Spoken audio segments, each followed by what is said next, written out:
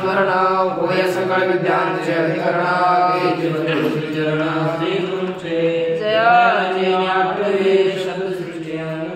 सारस्वता जीवे से वक्तृत्वा गुणवने अमृताते पार्थे मने रसवती गुणवने भावाचे वंदनावतर विधी रमो आकाशे संपूर्ण तत्वबोध श्री गुरुते पाय त्रैवळे भाग्य होय उन्मेषासी नमस्कार न्याता अरे तेव्हा सांग पांडुरंग परमात्मा श्री ज्ञानोबा जगद्गुरु तुकाराम महाराज शांती ब्रह्म एकनाथ महाराज आदिगुरु श्री शंकराचार्य इत्यादी सर्व संतांच्या अलौकिक अहेतुकिक अकारण करून अशा कृपेने ग्रंथराज ज्ञानेश्वरीचा आपण विचार करण्याकरता आरंभ केला आणि 11व्या अध्यायाच्या विचाराच्या प्रसंगी आपल्या 2 श्लोकांच्या ओव्यांचा विचार झाला आहे। एक पहिला उपद्घात आणि पहिला श्लोक। आता द्वितीय श्लोकावरती द्वितीय श्लोक द्वारे सुद्धा अर्जुन भगवंतापुढे काय बोलतात ते पहा। भवाप्ययो हि भूतानां शतो विस्तरशो मया त्वत्कमलपत्राक्ष माहात्म्यमपि चाव्ययम् भूतानां मया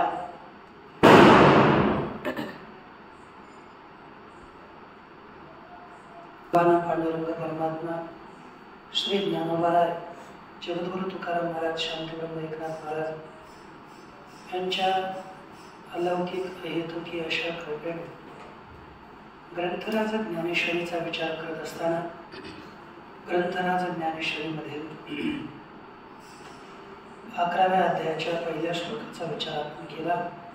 या श्लोकामध्ये भगवान परमात्म्यापुढे अर्जुनजी बोलतात, मदनुग्रहाय परमं गुह्यमध्यात्मस्तुन्यतं यत्त्वयोक्तं वचस्तेन मोहयेदेवतो मम। माझ्यावर अनुग्रह करण्याकरिता अध्यात्म नावाचं जे वचन आपण मला सांगितलं त्याने माझा मोह दूर झाला। आणि याचंच सुंदर वर्णन करत असताना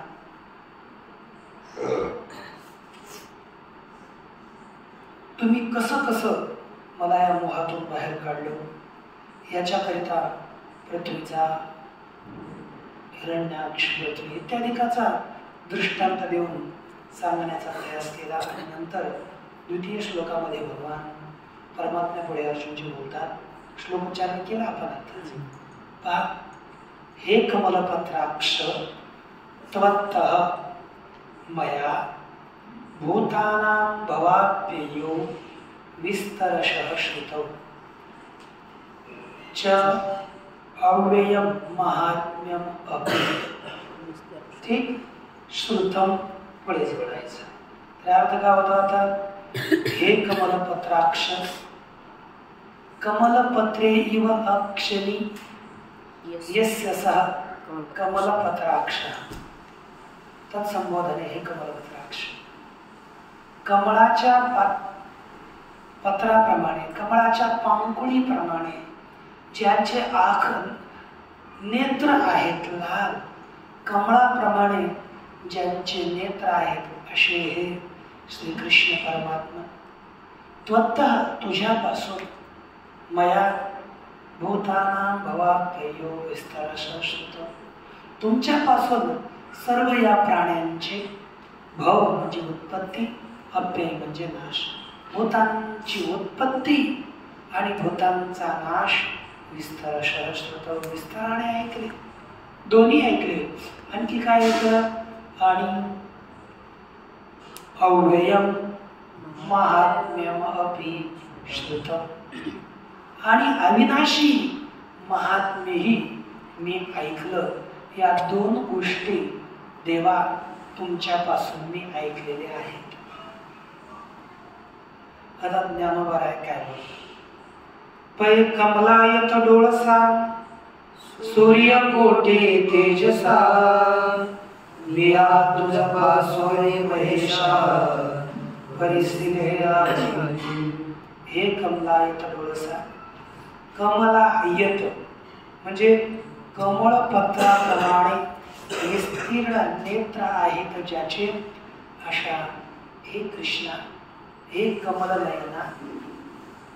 सूर्य कोटी तेजसा कोट्यवधी सूर्यांच्या प्रमाणे तेज आहे ज्यांचं, असे हे कोटी सूर्यांच्या तेजाप्रमाणे तेज असणाऱ्या परमात्मा मिया तुझपासून हे महेशा महान ईश्वरा. हे तीन महेशा हे विशेषण परमात्म्याचं. कमलायत डोळसा सूर्य कोटी तेजसा महेशा. हे महान ईश्वरा मिया तुझपासून आजी परिसिले. मी आज तुझ्यापासून ऐकलं. अच्छा लक्षात आलं ना देवा. हे कमलनयना सूर्याच्या कोटी तेजाप्रमाणे तेज आहे ज्याच्या, अशा हे महान ईश्वरा तुमच्यापासून मी आज ऐकलं. काय ऐकलं तर सांगतात, ये भूते जया परी होती अथवा लया जैसे जाते, ते मज पुढा प्रकृती विवंचली देवे. देवा देवे मज पुढा ये भूते जयापासून जयापरी होती अथवा जैसे निलया न जाती. पहा देवाने परमात्म्याने ती प्रकृती माझ्या पुढे सांगितली. कोणती प्रकृती? सांगतात की ही भूते ही सर्व प्राणी ज्याप्रमाणे उत्पन्न होतात अथवा लयाला जैसे जाते, अथवा ज्याप्रमाणे लयाला जातात, ही सर्व प्राणी जशी उत्पन्न होतात किंवा जशी लयाला जातात, ती प्रकृती माझ्या पुढे स्पष्ट रीतीने विवेकपूर्वक सांगितली. बर आता आणखी काय सांगितलं सांगतात, आणि प्रकृती कीर उगाना दिधला, परिपुरुषाचा इठाव धरला, जयाचा महिमा पांघरून झाला, धडकता वेदू. आणि प्रकृती कीर उगाना दिधला, आणि प्रकृती या प्रकृती शब्दाचा अर्थ दिला मायेचा. कीर म्हणजे निश्चित, उगाना म्हणजे झाडा दिला. या प्रकृती मायेचा पूर्ण झाडा आपण त्याला हिशोब दिला. परी पुरुषाचा इठाव दिला दाविला, प्रकृतीचा हिशोब दिला, तिचा झाडा केला आणि पुरुषाचं ठिकाण सुद्धा दाखवलं. जयाचा महिमा पांघरून झाला, दळवता येतो. ज्या परमात्म्याच्या महिम्याचं पांघरून घालून वेद धडवता झाला, वेद अनंत वाढला. म्हणजे परमात्म्याचंच वस्त्र, त्याच परमात्म्याचं वस्त्र धारण, ज्याच्या परमात्म्याचं महिमा धारण करून पांघरून घेऊन हा लोकात थोडा वाढला, मोठा झाला. होतं काय? महाराजांना आळंदीत फिरून यायचं आहे की नाही? आळंदीत फिरण्याकरता जायचं आहे, परंतु त्यांचं शर्ट त्यांच्याकडे नाही. मग महाराज काय करतात, रोहित महाराज थोडंफार शर्ट त्यांचं मी गावात येऊ का, आणि त्यांचं शर्ट घालायचं आणि थोडं हाय फाय होऊन गावात फिरून यायचं, आणि काय ते सुंदर दिसत होते वगैरे दाखवायचं. असं होतं की नाही? गावाकडे बहुधा असंही करतात काही जण. म्हणजे शर्ट असलं तरी पण त्याचं चांगलं नसतं, थोडं तेवढं विशिष्ट तुझं दे रे आजच्या दिवस, येतो गाव मी शहरातून फिरवलं.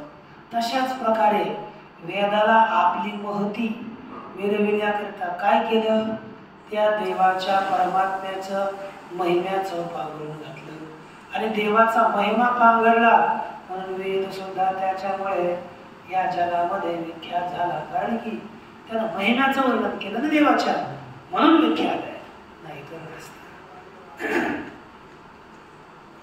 जी शब्द राशी वाढेची का धर्मायशिया रत्नाते विये, ते हेतीचे प्रभेचे पाये ओळखे.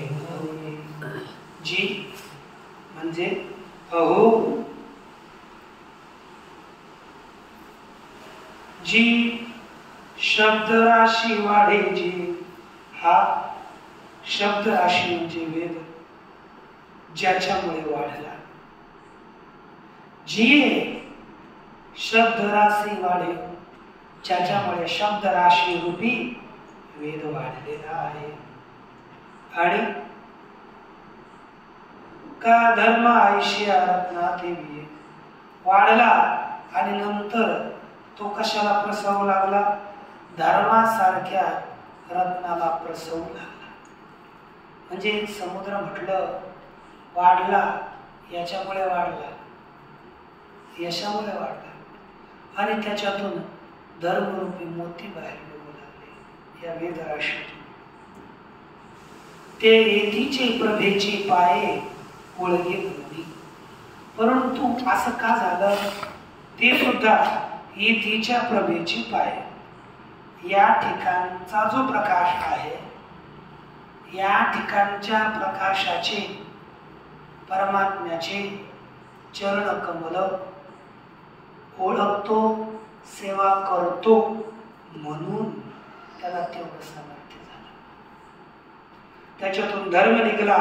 कारण काय, तो येथीचे प्रभेचे पाय ओळखी सेवा करतो, म्हणून त्याला तेवढा अगाध महिमा प्राप्त झाला. ऐसे अगाध महात्म्य, कळलं ना, ऐसे अगाध महात्म्य जे सकळ मार्गैक गम्य, जे स्वात्मानुभव रम्य, ते या परिधाविले.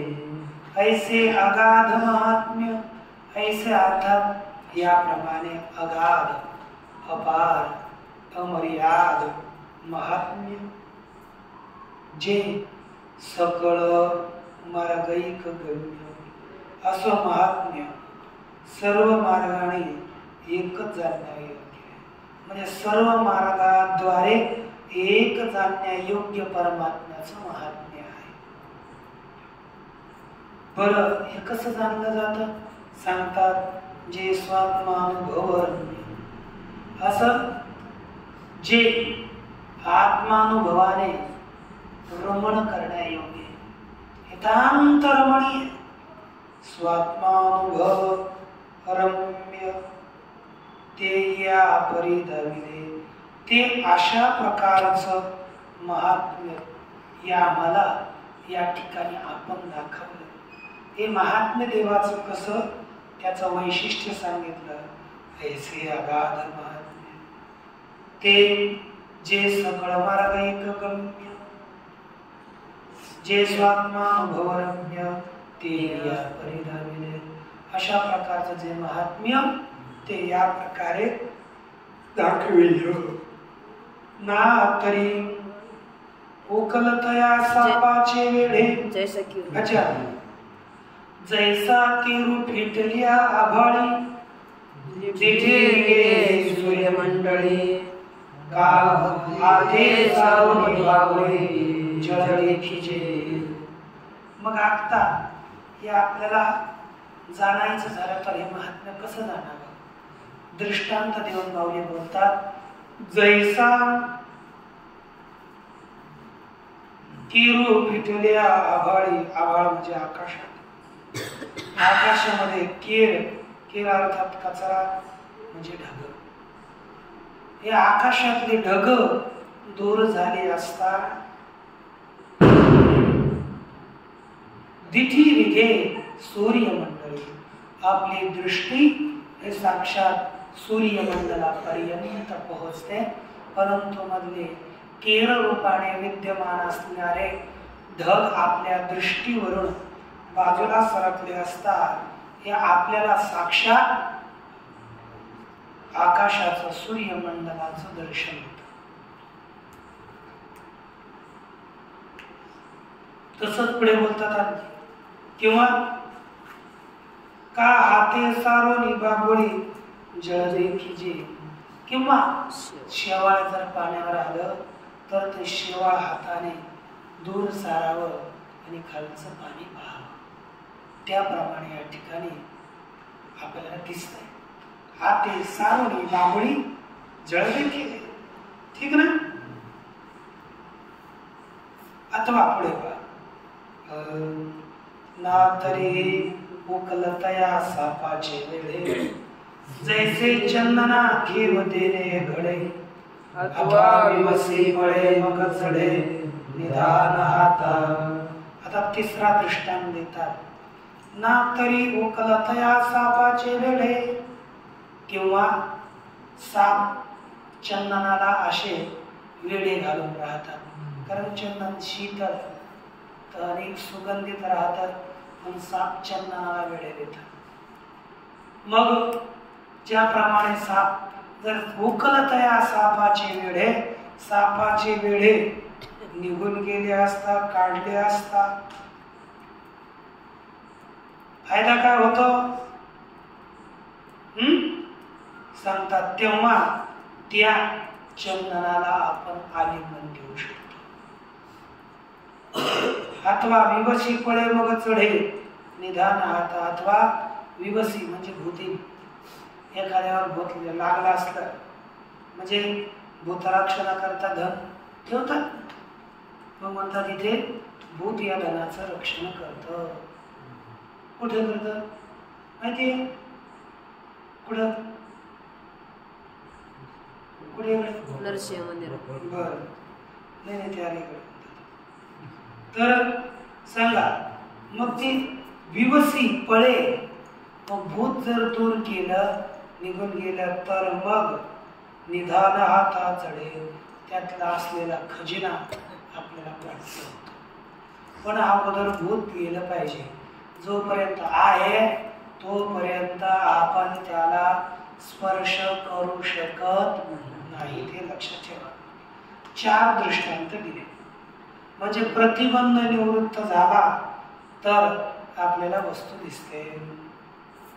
तैसे प्रकृती हे आड होती, ते देवीची सारवणी पुरवती, परतत्व माझी मती शेजार केले. तैसी हे प्रकृती आड होती, त्याप्रमाणे ही प्रकृती माझ्या आड येत होती. मग काय झालं? ते देवीची सारवणी पुरवती, देवानच कारण पडदा होता, मायेचा पडदा, प्रकृतीचा पडदा, आपल्याला मायेचा पडदा आपल्या नेत्रापुढे उपस्थित असल्यामुळे आपल्याला काय करावं, आपण कुठे क्रिया करावी, कसं काय करावं हे आपल्याला कळत नाही. प्रकृतीचा पडदा आपण दूर सारवला तर आपल्याला वास्तविक तत्व कळून येऊ शकतं.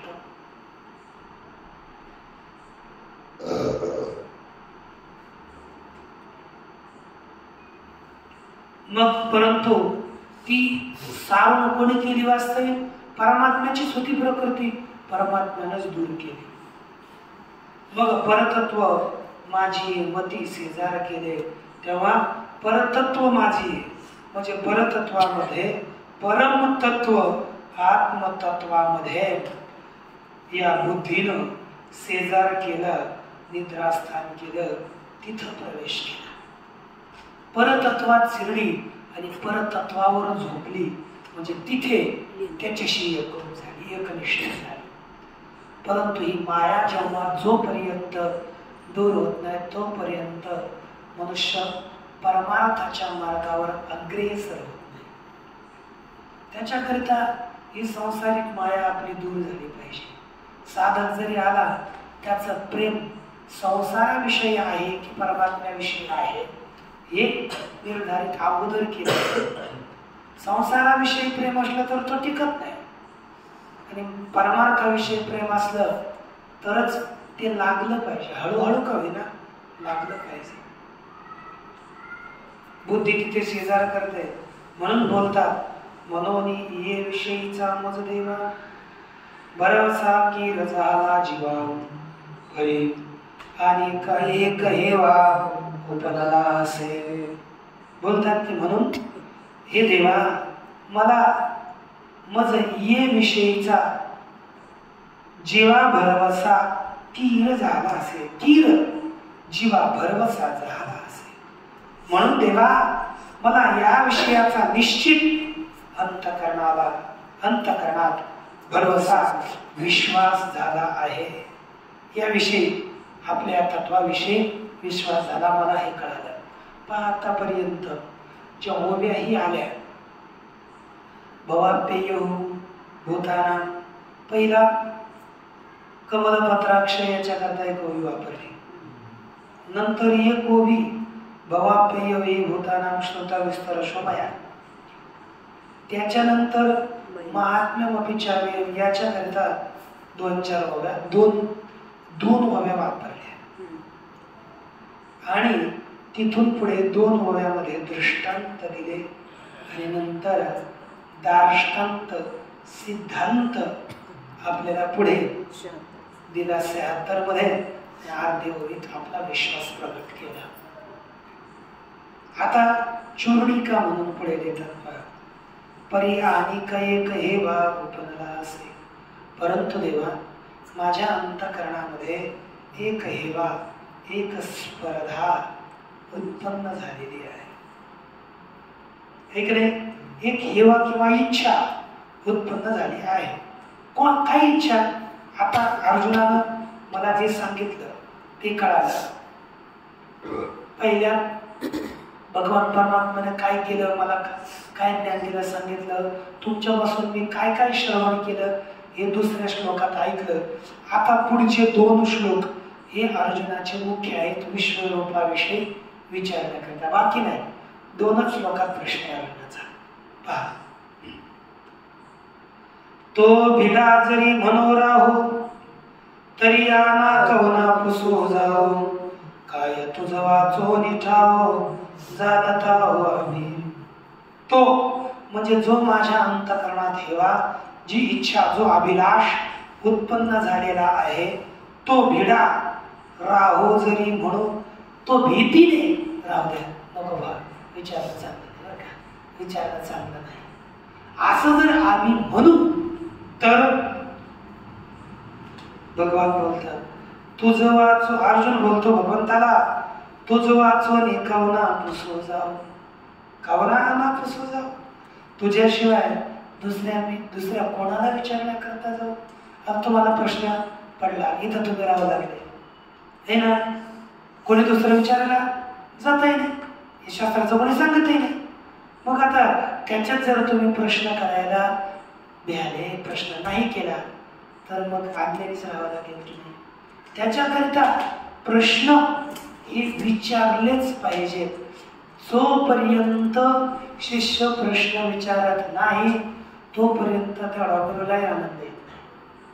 प्रश्न केले पाहिजे त्यांना. जसं जोपर्यंत वासरू गाईला ढुसणी मारत नाही तोपर्यंत पाहणा सोडत नाही, तसं जोपर्यंत प्रश्न होत नाही तोपर्यंत त्याचा विशेष मतितार्थ तेवढा उलगडा करून प्रगट होत नाही.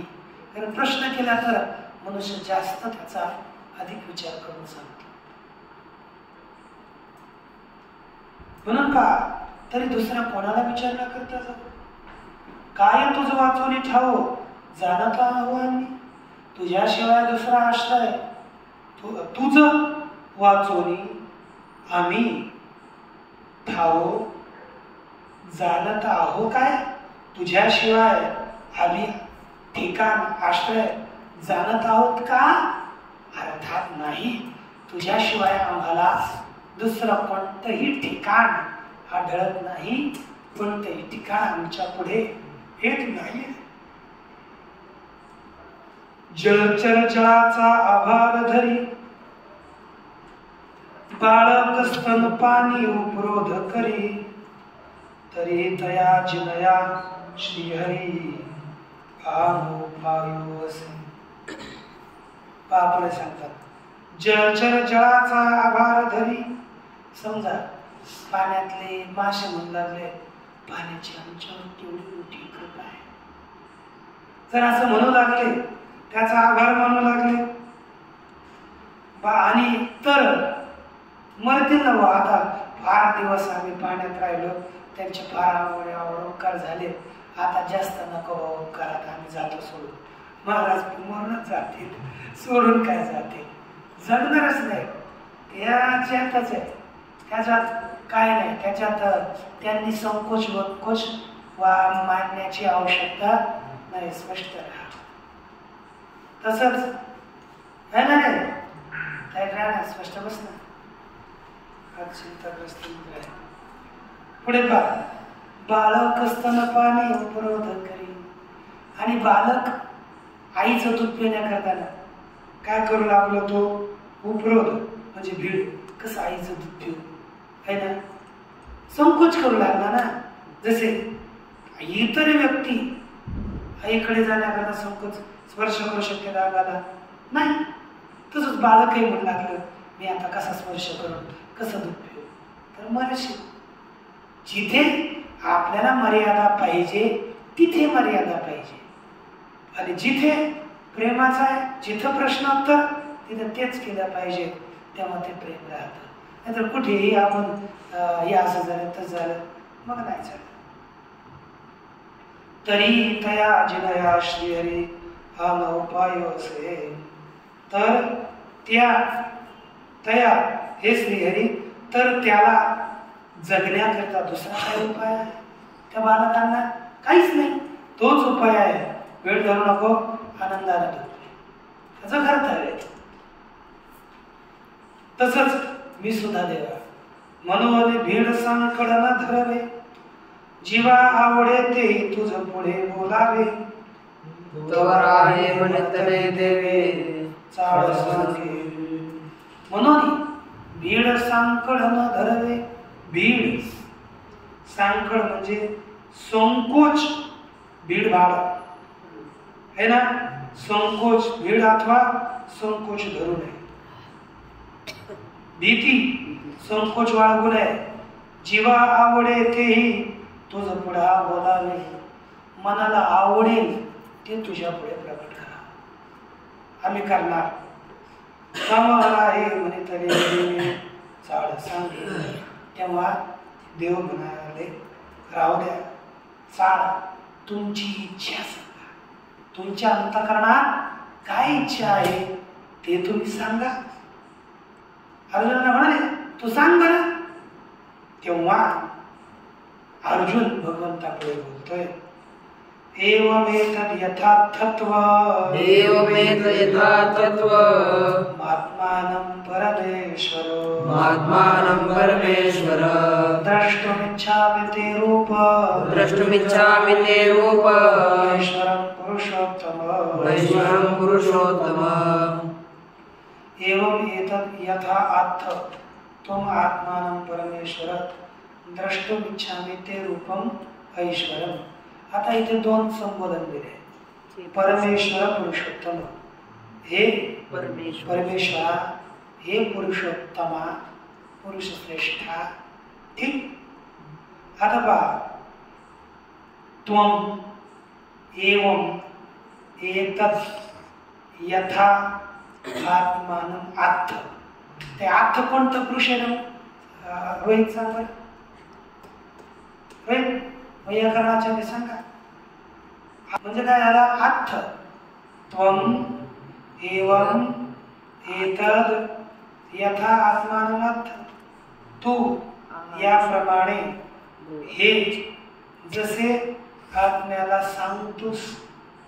वर्तमान काय जसे आत्म्याला सांगतोस ते ऐश्वरम रूपम द्रष्टुम इच्छामि. ते अर्थात तव म्हणजे तुझे विशिष्ट. ऐश्वरम, ऐश्वरम अर्थात ईश्वर संबंधीनं, ईश्वर संबंधी रूपम रूपास है ना, ईश्वर संबंधी रूपास द्रष्टुमिच्छामि, मी पाहू इच्छितो तुझं ईश्वर संबंधी रूप मी पाहू इच्छितो. ठीक ना? अच्छा, आता पुढे मग बोलिला तो किरीटी, म्हणे तुम्ही केली जे गोठी, या प्रतीतीच्या दिठी निवाली माझी. मग बोलिला तो किरीटी, मग तो किरीटी बोलिला. त्यानंतर मग तो अर्जुन, भगवान म्हणाले की तुम्हाला आहे म्हणितले देवे चाण सांग, इच्छा सांग. तेव्हा इच्छा सांग म्हटल्यानंतर मग तो किरीटी बोलिला. त्यानंतर तो अर्जुन बोलला, म्हणे तुम्ही केली जे गोठी, आणि म्हणाला तुम्ही जे गोठी केली, तुम्ही जी गोष्ट मला सांगितली ती या प्रतीतीची दिठी माझी निवाली. ती या गोठी हे ना, त्या गोष्टीने माझी प्रतीतीची दिठी निवाली, माझी ज्ञानाची दृष्टी शांत झाली, तृप्त झाली. वाह, तुम्ही जे सांगितले त्याच्यामुळे माझी ज्ञानाची दृष्टी, प्रतीतीची गोष्ट दृष्ट ही शांत झाली. मग आता काय बोलतात, आता जयाचे संकल्पे हे लोक परंपरा होया रे, जया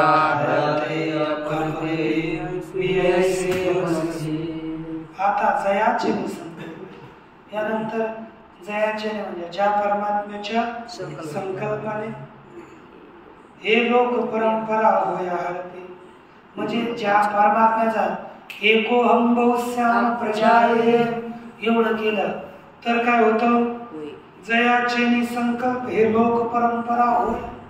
ही सगळी परमात्म्याने संकल्प केला की ही लोकांची परंपरा सृष्टी उत्पन्न होते. हरपे, आणि परमात्म्याने संकल्प केला की या सर्व सृष्टीचा लय होतो. ऐक रे, हरपणं म्हणजे लय.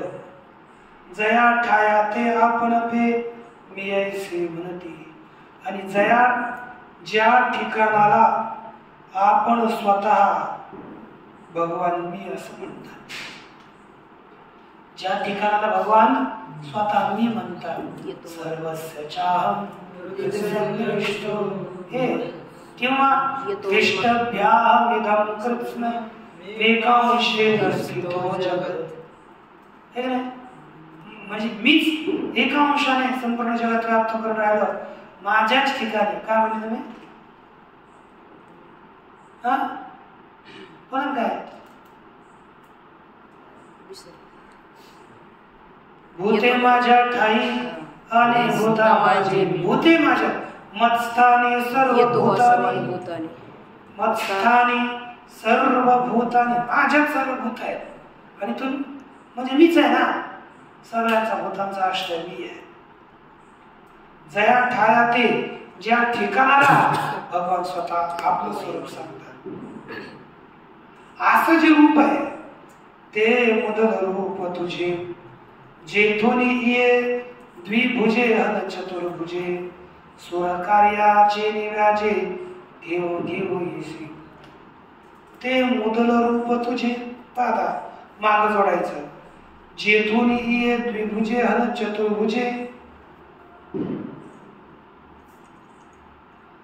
रूपे सूरकार्याचे निव्याजे घेऊ घेऊ येसी, ते तुझे मुदल रूप.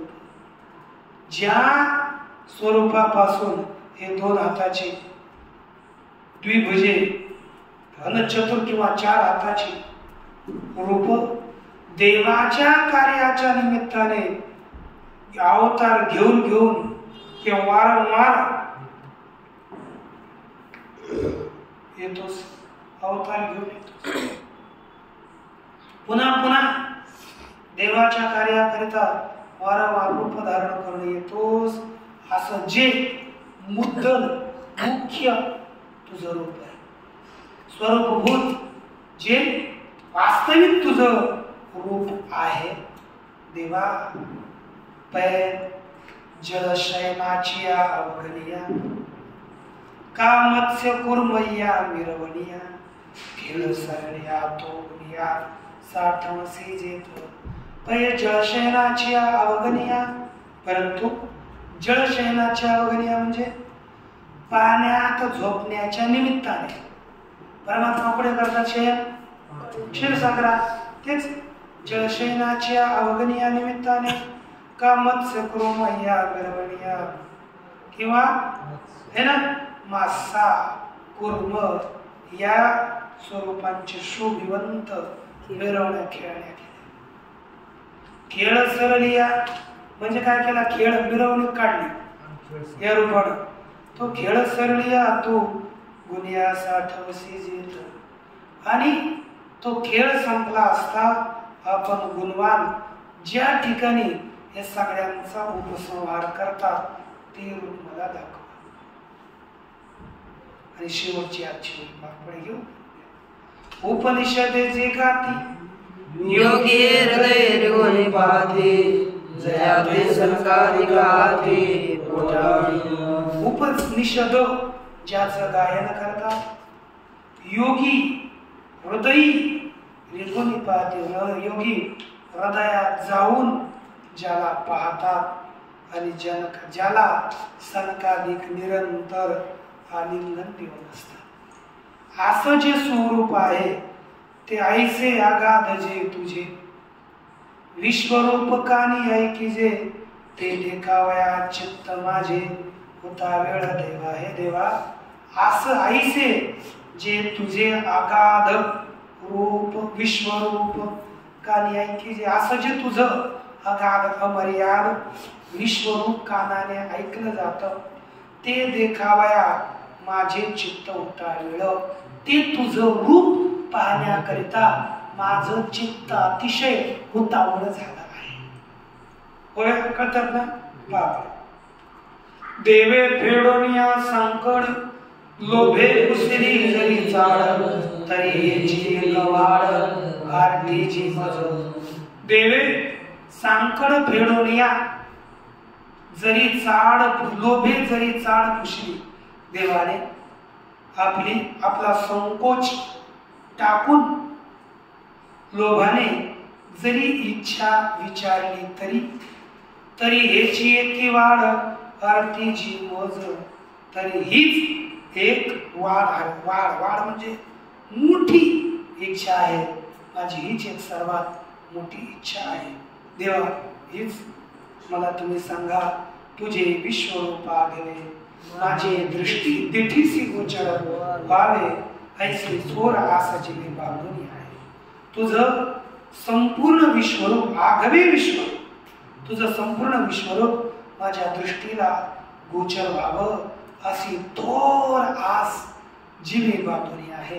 अशी थोर इच्छा अंतःकरणामध्ये देवा मी बांधून आहे. माझी ती इच्छा पूर्ण करा. अशा प्रकारे या श्लोकात अर्जुनाने इच्छा प्रकट केली. आणखी पुढच्या श्लोकात अर्जुन इच्छा प्रकट करेल ते उद्या पाहू.